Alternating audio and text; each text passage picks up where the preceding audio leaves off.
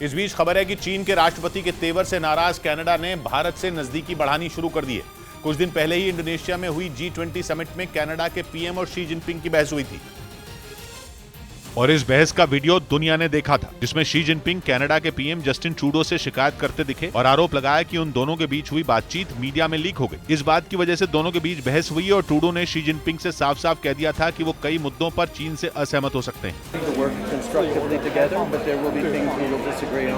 इस बहस के बाद कनाडा के पीएम और शी जिनपिंग अपने रास्ते चले गए, लेकिन इस बात ने दोनों के बीच इतनी खटास पैदा कर दी कि कनाडा ने इंडो पैसिफिक रीजन में अपनी रणनीति बदलने का ऐलान कर दिया और उसने संकेत दिए कि वो भारत से करीबी बढ़ाएगा, क्योंकि उसे पता है कि इंडो पैसिफिक रीजन में घुसने के लिए भारत का साथ होना जरूरी है। कनाडा ने इंडो पैसिफिक रीजन में लंबे समय से चली आ रही नीति में बदलाव करते हुए सैन्य खर्च को बढ़ाने का फैसला किया है, क्योंकि उसे पता है कि समंदर का ये इलाका चीन की दुखती रग है, जिसे दबाते ही शी जिनपिंग तड़प उठेंगे। रही सही कसर इंडो पैसिफिक रीजन में कनाडा और भारत के साथ आने से पूरी हो जाएगी, क्योंकि कनाडा ने अपने 26 पन्नों वाले रणनीतिक दस्तावेज में भारत का 27 बार जिक्र किया और कहा कि वो भारत के साथ आर्थिक संबंधों को बढ़ाने पर जोर देगा। साथ ही उसने इंडो पैसिफिक रीजन में सैन्य खर्च बढ़ाने और 170 करोड़ डॉलर यानी भारतीय रुपयों में करीब 14,000 करोड़ रुपए खर्च करने का ऐलान किया। कनाडा इन पैसों का इस्तेमाल समंदर के इस इलाके में नेवी की गश्त बढ़ाने और बेहतर साइबर सुरक्षा देने में करेगा, क्योंकि कनाडा का कहना है कि चीन समंदर के इस हिस्से में कई देशों के लिए खतरा बन चुका है। अमेरिका के बाद चीन कनाडा का दूसरा सबसे बड़ा ट्रेड पार्टनर है,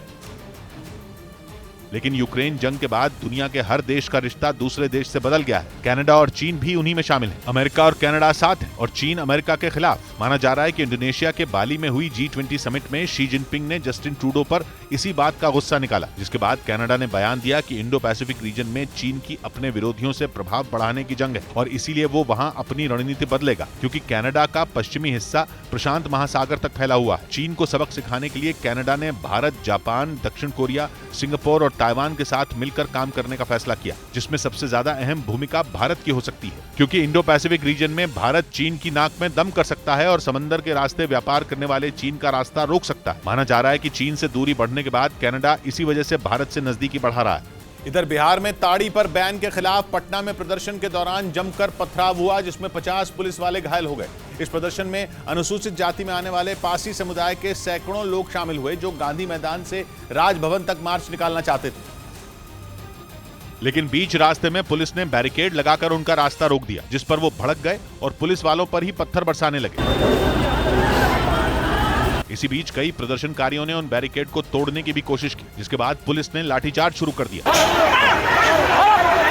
काफी देर तक पटना की सड़कों पर यह हंगामा होता रहा। पुलिस की सख्ती के बावजूद कई प्रदर्शनकारी वहां से हटने को तैयार नहीं दिखे। बाद में पुलिस की कई और टीमों को भेजा गया, तब जाकर हालात काबू में आए। असल में पासी समुदाय के लोग ताड़ी निकालने का काम करते हैं, जिसे पीने से हल्का नशा आता है। उनका आरोप है कि पुलिस शराबबंदी के नाम पर उन्हें झूठे केस में पकड़ रही है।